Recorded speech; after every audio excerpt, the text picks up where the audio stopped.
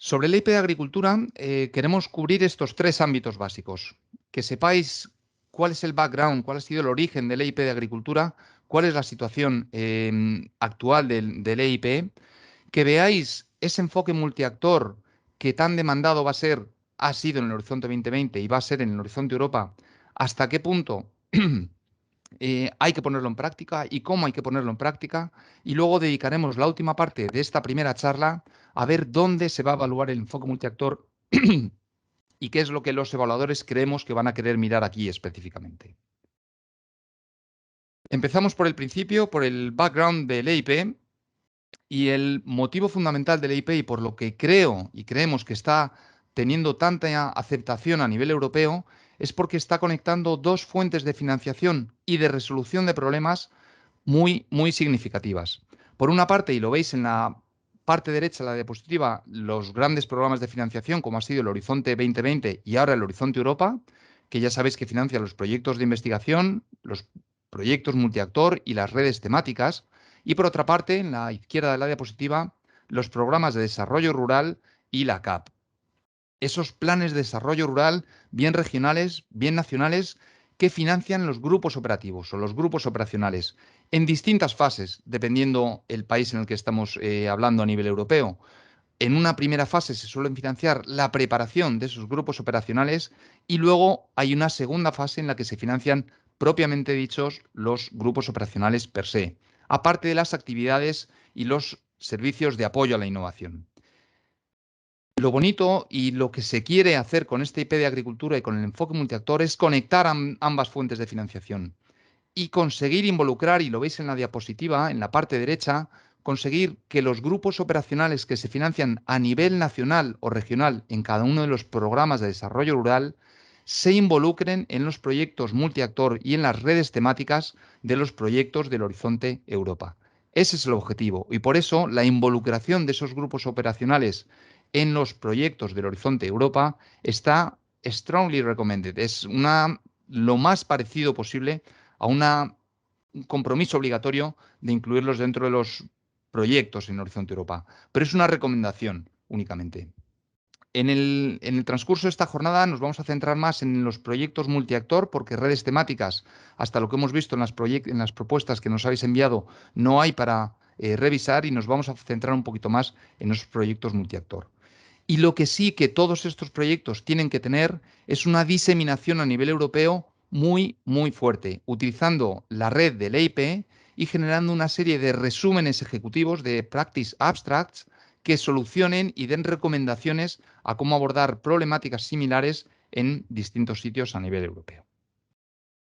Si veis en esta diapositiva el mapa de Europa, hay todos esos puntitos rojos que nos quieren reflejar los distintos programas de desarrollo rural a nivel europeo, de las redes rurales nacionales, cómo esos programas de desarrollo rural financian los grupos operativos que veis ahí con los puntitos verde y cómo los proyectos multiactor, aparte de tener un propio consorcio a nivel europeo, tratan de involucrar los grupos operacionales que estén relacionados de los distintos programas de desarrollo rural o regional a nivel nacional y europeo, involucrarlos en los proyectos del Horizonte Europa. Así es como se conecta el EIP, por una parte, cómo conecta los programas de desarrollo rural con los proyectos multiactor del Horizonte Europa. Y hasta ahora se han conseguido 4 hitos muy significativos. Fijaros que hay 26 Estados miembros, más Reino Unido, que han lanzado ya sus planes de desarrollo rural. Hay en total 98 planes de desarrollo rural implementando esos proyectos innovadores en grupos operacionales. Y el objetivo era que hubiera entre 2000.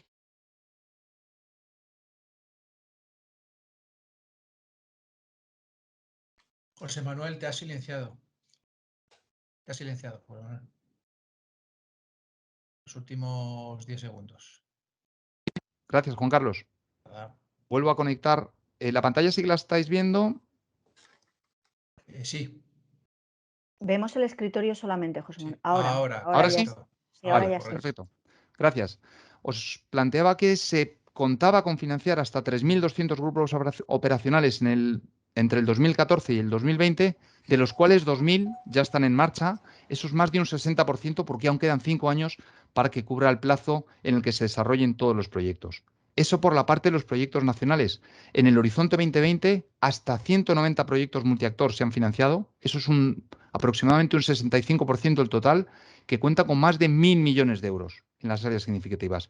O sea que es un presupuesto muy significativo y toda esa información se ha volcado a la red del EIP a nivel europeo. Pero fijaros que de estos 3.200 grupos operacionales, de los 2.000 que ya están en marcha, la variedad temática es muy amplia y aquí lo podéis ver. Hay proyectos en el ámbito de la producción vegetal, de la horticultura, de la diversificación de cultivos, de la ganadería, de la calidad alimentaria, el procesado, la nutrición, el suministro a lo largo de toda la cadena alimentaria, las plagas, fertilización, gestión de suelo. Es decir, hay una variedad muy, muy amplia y fijaros en la siguiente diapositiva con qué distribución en el porcentaje de los proyectos.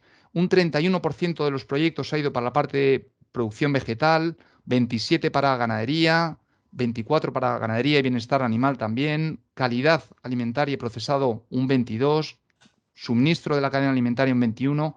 Es decir, hay están muy distribuidos todos los proyectos que se han financiado: plagas, fertilización, gestión de suelo, biodiversidad, ya con unos porcentajes un poquito menores, del en torno al 10%, el 15%, y la parte de cambio climático, gestión de agua, gestión de suelo, que ya ocupan unos porcentajes un poquito menores. Pero con esta gran variedad temática, lo que sí llama la atención, y creemos que es muy positivo, es que 2/3 partes de todos los grupos operacionales se han centrado específicamente en aspectos medioambientales y relacionados con el clima.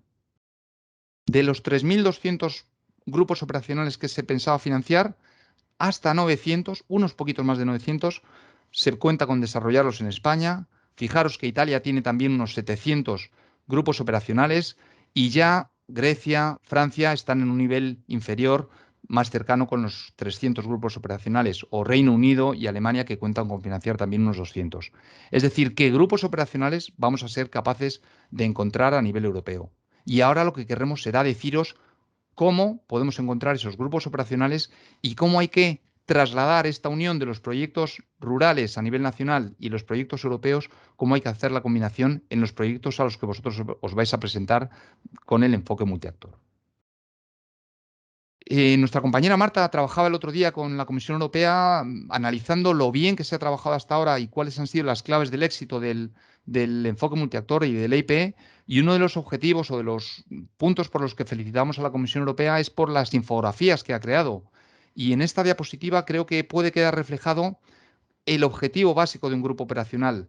Cómo un agricultor tiene un problema muy específico con unos cultivos que no consigue generar la productividad o tiene problemas con plagas, cómo habla con distintos tipos de conocimiento en lo que llaman la fertilización cruzada para tratar de buscar soluciones. Pero en esas soluciones tienen que estar todos, absolutamente todos. Tienen que estar los agricultores, tienen que estar los que tienen los bosques, otros tipos de usuarios finales que pueden ser empresas, que pueden ser cooperativas. Hay que ponerles a todos a trabajar conjuntamente desde el principio, crear esa red a nivel europeo y crear desde el principio, con todos los agentes involucrados, sobre todo los que tienen las necesidades, crear el consorcio y definir cómo abordar el problema. Eso es lo más importante y uno de los cambios significativos. Cómo hay que crear espacio suficiente para generar discusión a nivel europeo y que las soluciones que implementemos conjuntamente, involucrando a los grupos operacionales, se distribuyan por toda Europa. Ese es el objetivo básico del EIP y a partir de ahí, este mensaje tiene que quedar clarísimo. El EIP está rompiendo con el modo tradicional de abordar los proyectos antes del Horizonte Europa, antes del Horizonte 2020, y supone un nuevo modo, no de ejecutar los proyectos, sino incluso de definirlos, porque desde el principio a los usuarios finales hay que contar con ellos para que definan cuáles son las problemáticas y abordar los proyectos, en el transcurso del proyecto, abordar esos problemas. Y además va a suponer un nuevo modo de diseminar los resultados. Pero no estamos inventando la rueda. El concepto multiactor, y estos son deberes para todos, está explicado al pie de la letra en la introducción al programa de trabajo, entre las páginas 19 y 21. Y habla de 6 cosas fundamentales. Primero, que el multi-actor approach es una forma de investigación e innovación responsable. Eso lo abordaremos en el transcurso de estas 2 sesiones.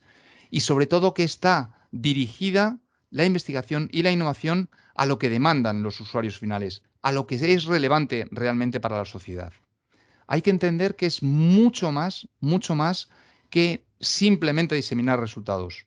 Hay que hacer proyectos que estén involucrando desde el principio una variedad de actores muy significativa y que sobre todo esté involucrando desde el principio en la definición de los problemas, en la definición de los proyectos a los usuarios finales. Pero que esa involucración de los usuarios finales tiene que estar y ser visible a lo largo de todo el transcurso del proyecto. No únicamente, como se ha hecho en algunos proyectos equivocadamente, con grandes grupos de investigación que dirigen la investigación, que ellos mismos hacen una validación de los resultados y hacen una doble validación con los usuarios finales. No, la diferencia es que aquí hay un proceso de co-creación en la que usuarios finales y toda la tipología de investigadores, de entidades, está participando en la propia definición del proyecto. Y estos proyectos multiactor tienen, como viene listado en la introducción del programa de trabajo, 9 requisitos muy específicos. El primero, que los objetivos del proyecto esté especialmente dirigido a solucionar problemas o necesidades de los usuarios finales y abordar problemas u oportunidades que puedan mejorar su situación económica o del propio planeta, incluyendo los aspectos de sostenibilidad. Va a mirarse con muchísimo ojo el consorcio, que esté especialmente balanceado. Eso va a incluir distintos tipos de conocimiento, científico, práctico, distintas tipologías de entidades y que aseguren siempre la implementación de los resultados del proyecto. Y se va a pedir que estos proyectos multiactor estén haciendo una involucración, que estén identificando cuáles son las buenas prácticas que se han generado ya a nivel europeo y que haya ese intercambio de buenas prácticas con metodología específica para involucrar a todos los agentes en la discusión a nivel europeo también. Y vamos a ver que hay unos requisitos específicos que la investigación que estamos montando complemente lo que ya se está haciendo a nivel europeo, desde el punto de vista de investigación y de buenas prácticas, y que el resultado sea eminentemente práctico, bien sea desde el punto de vista del conocimiento que se está generando, el enfoque a la resolución de los problemas o las herramientas finales que estén generando los distintos proyectos. Y va a pedir un deliberable específico que haga relación y que haga referencia a los Practice Abstract. Son resúmenes ejecutivos que ahora os voy a mostrar entrando en la página web, en los que piden identificar cuáles son los problemas y cómo, con recomendaciones específicas del consorcio, cómo hay que abordar esa implementación de los resultados a nivel europeo. Va a pedir que se utilice la red del IP para hacer la diseminación de los resultados y, sobre todo, fuertemente recomendado, eso implica casi obligatoriedad, de involucrar a los distintos grupos operacionales a nivel europeo.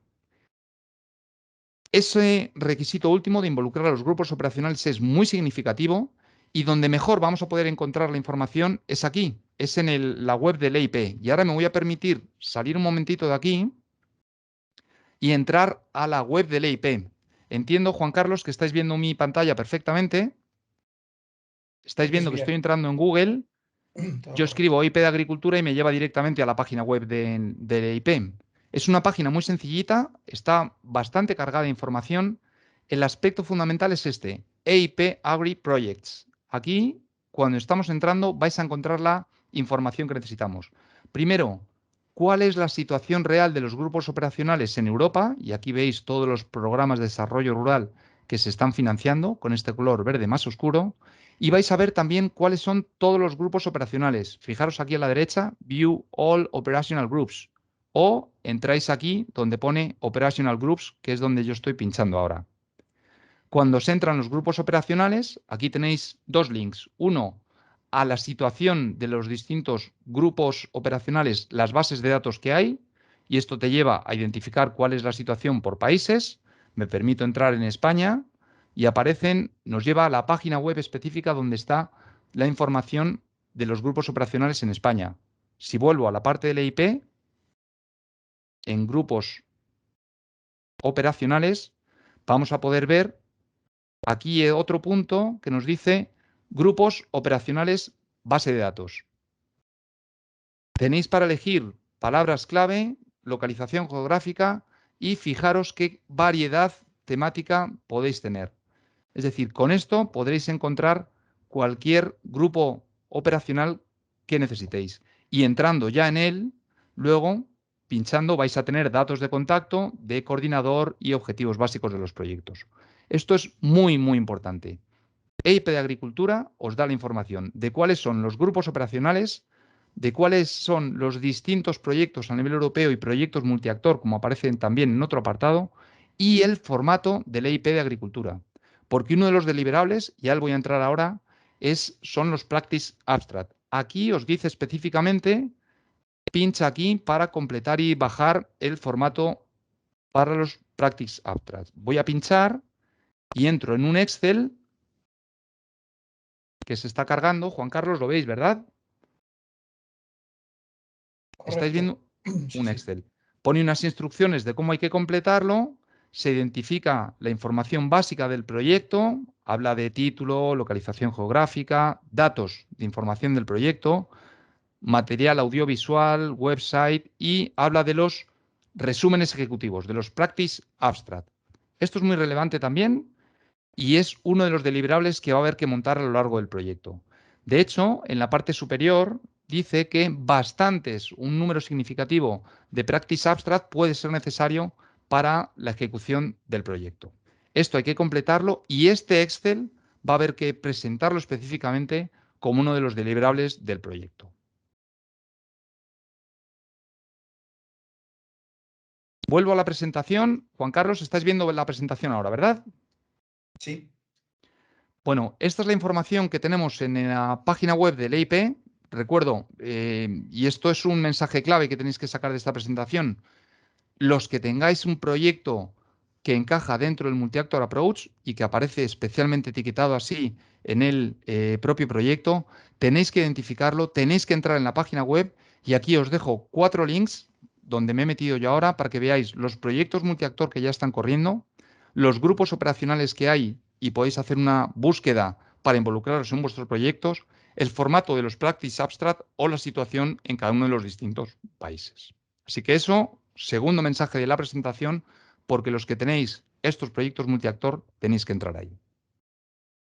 De los 9 requisitos me quiero centrar un segundo nuevamente en la parte de los Practice Abstract y en la parte de la involucración de los grupos operacionales. Estos Practice Abstract, empiezo por ahí, hay que ponerlos luego a disposición de toda Europa a través del EIP de Agricultura. Y por eso requieren una diseminación de los resultados específica. Este es el Excel que os he mostrado antes para que veáis los campos que hay que completar y aquí los caracteres que os deja entre 1000 y 1500 caracteres para hablar de unas cosas muy, muy específicas que os pongo aquí. Recordar, en la página web dice bastantes proyectos, bastantes Practice Abstract que hay que enviar. En el programa de trabajo habla de un número significativo, substantial number. Pero lo que sí tenemos claro es que tiene que cubrir, primero, el título, que tiene que ser muy cortito y que identifique claramente cuál es el objetivo del proyecto, y tiene que tener un resumen corto, hablaba de 1000, 1500 caracteres, para los que van a ponerlo en práctica, para los usuarios finales, que incluya cuál es el principal resultado del proyecto y cuál es la principal recomendación para todos los usuarios finales que lo puedan utilizar. ¿Cuál es el valor añadido, el beneficio o la oportunidad para los usuarios finales? Y sobre todo, cómo hacer uso de esos resultados. Esa es la recomendación que nos están pidiendo que hagamos dentro de los Practice Abstract. Y luego habéis visto también que había varias páginas más en las que nos piden datos de detalle específicos para identificar los proyectos, desde los datos del coordinador, los partners, cuál es el periodo en el que el proyecto está corriendo, la fuente de financiación. Eso es un deliberable específico que hay que enviar como conjunto del proyecto. Y el segundo requisito especialmente relevante es la involucración de los grupos operacionales. Hay cuatro modos de involucrar estos grupos operacionales en los proyectos multiactor. Y están listados, según nos dijo la Comisión Europea en el Horizonte 2020, en el 4 de julio del año pasado, en un Infoday, están listados de mayor a menor credibilidad.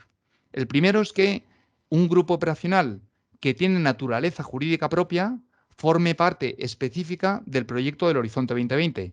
esto nos lo decían en julio del 2020, el año pasado, entendemos que harán una actualización para que esto ocurra en el Horizonte Europa también.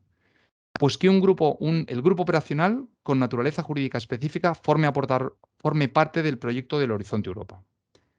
Un segundo modo es que un partner de ese grupo operacional forme parte del proyecto del Horizonte Europa. Este tiene un poquito menos de credibilidad, pero sigue siendo muy significativo. Un tercer modo de involucrar estos grupos operacionales es que un partner del proyecto del Horizonte Europa tenga un presupuesto asignado para, debajo de la categoría de otros costes directos, pueda cubrir gastos de los miembros del grupo operacional. Por ejemplo, participación en workshops, visitas específicas a lo largo en los distintos países del consorcio.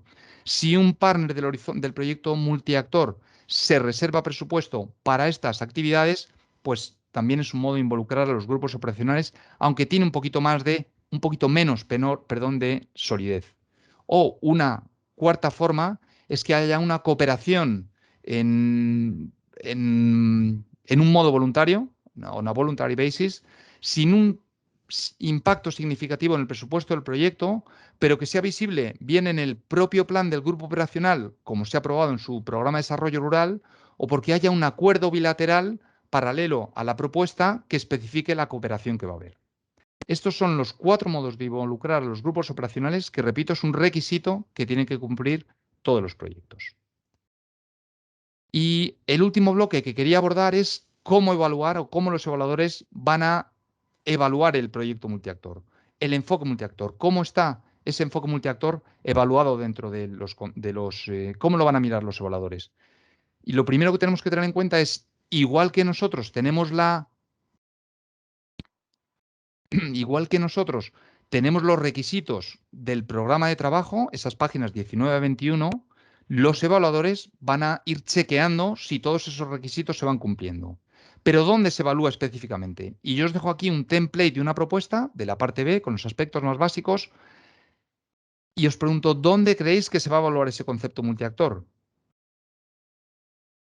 Lo que en el Horizonte 2020 hemos visto, y creemos que aquí va a ser también así, es que sobre todo el comentario de los evaluadores va a venir en la parte de excelencia, en el apartado de objetivos. Pero quiero pasar por algunas partes de la propuesta para que veáis que realmente el concepto multiactor se va a abordar a lo largo de toda la propuesta. A lo largo de toda la propuesta, porque fijaros, aquí os estoy poniendo el título, la portada de la propuesta. Si yo estoy viendo ya aquí qué tipo de participantes tengo, qué disposición geográfica y qué tipología de entidades son, ya me voy creyendo si es un proyecto únicamente académico, si hay usuarios finales involucrados. Es decir, esto me está empezando a dar información. Si me voy a la parte A de la propuesta, digo la parte A porque es donde se escribe un resumen ejecutivo, ese abstract, que también muchos metéis en la propia propuesta como tal y que es una recomendación que nos parece buenísima. Ahí se ve específicamente, aunque sea lo último que hay que escribir de una propuesta, se ve específicamente si el proyecto está dirigido a esos usuarios finales y si los objetivos son de calado o no. Si vamos a las tablas específicas, vemos la de paquetes de trabajo. Aquí veremos cuántos usuarios finales, cuántas empresas, cuántas cooperativas están liderando paquetes de trabajo. Eso nos dará una pista de si realmente los usuarios finales han estado trabajando a lo largo de todo el proyecto, liderando incluso paquetes de trabajo. Paso a la tabla de los deliverables. ¿Hay un deliverable específico que sea los Practice Abstract? Eso me dará también información de hasta qué punto se está considerando el enfoque multiactor. Y si voy a la tabla de esfuerzo por los participantes, aquí sí que veo directamente quién está trabajando en cada uno de los paquetes de trabajo, qué involucración tiene y me da una visión muy buena de todo el proyecto. Pero donde desde luego que voy a ver toda la información es en el presupuesto de la propuesta. Esta es la prueba del algodón y aquí es muy difícil engañar. Aquí se ve específicamente lo que está haciendo cada partner y qué involucración y qué significación presupuestaria tiene también a lo largo de todo el proyecto. En resumen, creemos que no solo en los objetivos se va a escribir el parrafito, sino que seguro que a lo largo de toda la propuesta, en la parte de metodología, en la parte de diseminación, de explotación, de comunicación de los resultados y en la parte de implementación, va a haber un aspecto muy importante, va a haber aspectos importantes que los evaluadores van a ir chequeando para verificar si efectivamente el proyecto cumple con los requisitos del Multi-Actor Approach o no. Termino aquí la presentación. Sí que quisiera que estos 3 mensajes quedaran muy claros porque es lo básico del Multi-Actor Approach. Primero, que supone un modo nuevo de definir los proyectos porque los usuarios finales están trabajando en la propia definición del proyecto desde el principio. Son proyectos dedicados específicamente a los usuarios finales y el modo de diseminar es también específico porque hay que involucrar a la EIP Network, a la red de la EIP. A la web de la EIP Agri hay que meterse y estos 3 aspectos van a ser fundamentales: identificación de grupos operacionales, identificación de otros proyectos multiactor y los formatos específicos que actualizarán, creemos, para el Horizonte Europa, por ejemplo, de los Practice Abstract, y cómo el Multi-Actor Approach hay que tenerlo presente a lo largo de toda la propuesta, desde la definición hasta la ejecución final del proyecto. Eso es todo por mi parte. Y con esto simplemente deciros que la información que hemos puesto aquí está basada en los documentos que nos ha puesto la Comisión Europea. Recordar que cuando el día 22 se publique la convocatoria hay que romper todos los borradores y empezar a trabajar con los documentos que a partir de ese día sean los documentos válidos. Nada más por mi parte.